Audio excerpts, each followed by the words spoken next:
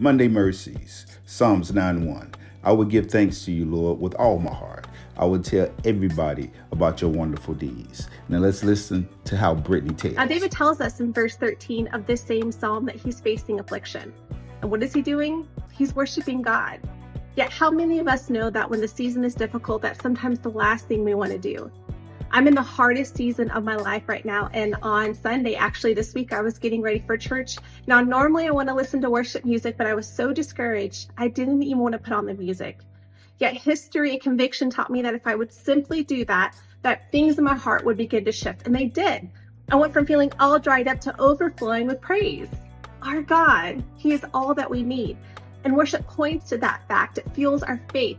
But like David said, it must be wholehearted. God isn't satisfied with part of your heart where the other parts are tied up in relationships, idols, and the world. No, He wants all of it, not just half of it. Spurgeon wrote that a half heart is no heart. So the question you have to ask yourself today is, am I worshiping God with a full and total heart? Today, maybe like David, that looks like simply telling someone about our amazing God and recounting His faithfulness, because you know what? That's a sign of worship too. And what it does is it strengthens our hearts and it fuels other people's hearts.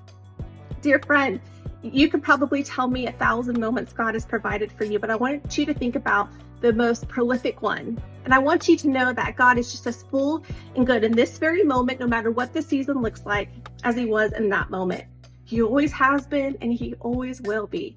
So will you trust Him? Will you worship Him with all your heart and let that overflow out into your life today? Because our God is worthy to be praised. Amen.